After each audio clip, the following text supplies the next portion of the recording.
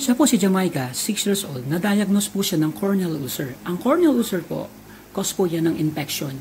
Fungi, parasite, bacteria, and viral infection. Yung iba naman po, nakukuha po yan sa eye injuries, chemical irritation, immune condition, exposure from the sunlight, lamps and welding, unsanitized contact lens. Kung mapapansin niyo po dyan, ang unang suot niya is M53. Pink po yan. Yan po yung una namin pinasuot. And then, in-upgrade po natin ng M52 yan. Kung mapapansin niyo po dyan, sobrang laki ng kanyang mga mata, luwang-luwa po. Ang maganda dyan, after 9 months using of iron spec, grabe. Ang laki po ng improvement, no? Ayan na po siya ngayon, no?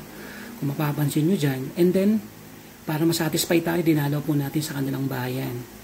Ayan, kasama ko po dyan yung wife ko. And then, pinalaki po natin yung photo dyan para at least makita natin at masatisfy tayo talagang ang laki ng improvement. Ayan. So yung latest photo nyo po, grabe, ang laki talaga ng pinagbago. Kung meron po kayo naramdaman ng mga problema sa mga mata, pwede nyo po akong i-message, i-PM o tawagan. Ayan po. Thank you.